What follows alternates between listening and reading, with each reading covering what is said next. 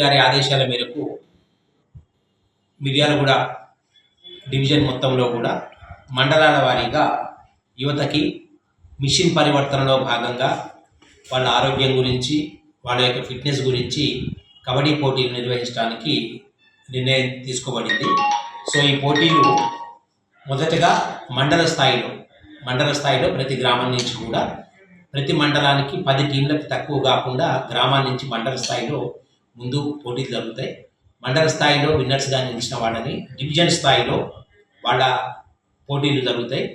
Division స్థాయిలో గెలిచిన 2 టీంలని జిల్లా స్థాయి పోటీలకి పంపడం జరుగుతుంది.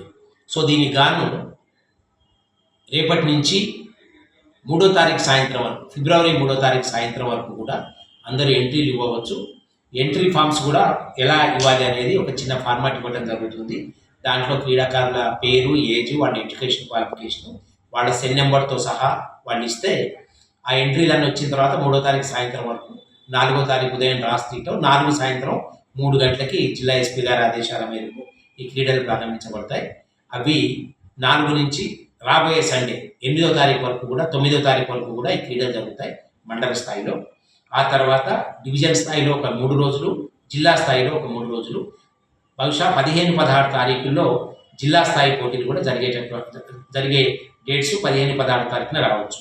అవి కూడా మేము తెలియజేస్తాం. సో ఉత్సాహం ఉన్న యువకులందరూ కూడా ఈ క్రీడల్లో పాల్గొని ఈ క్రీడల ద్వారా మంచి ఆరోగ్యాన్ని, తర్వాత వాళ్ళకు ఒక గుర్తింపుని తెచ్చుకోవాల్సిందిగా పోలీస్ శాఖ తరఫున అందరినీ కూడా రిక్వెస్ట్ చేయడం అవుతుంది. ఈ క్రీడల్లో పాల్గొనే మండల స్థాయి, డివిజన్ స్థాయి, జిల్లా స్థాయి అందరికీ కూడా మంచి బహుమతులు ఇవ్వబడతాయి. వాటిల్లో ఉత్తమ స్థాయి ప్లేయర్లను కూడా గుర్తించబడతాయి.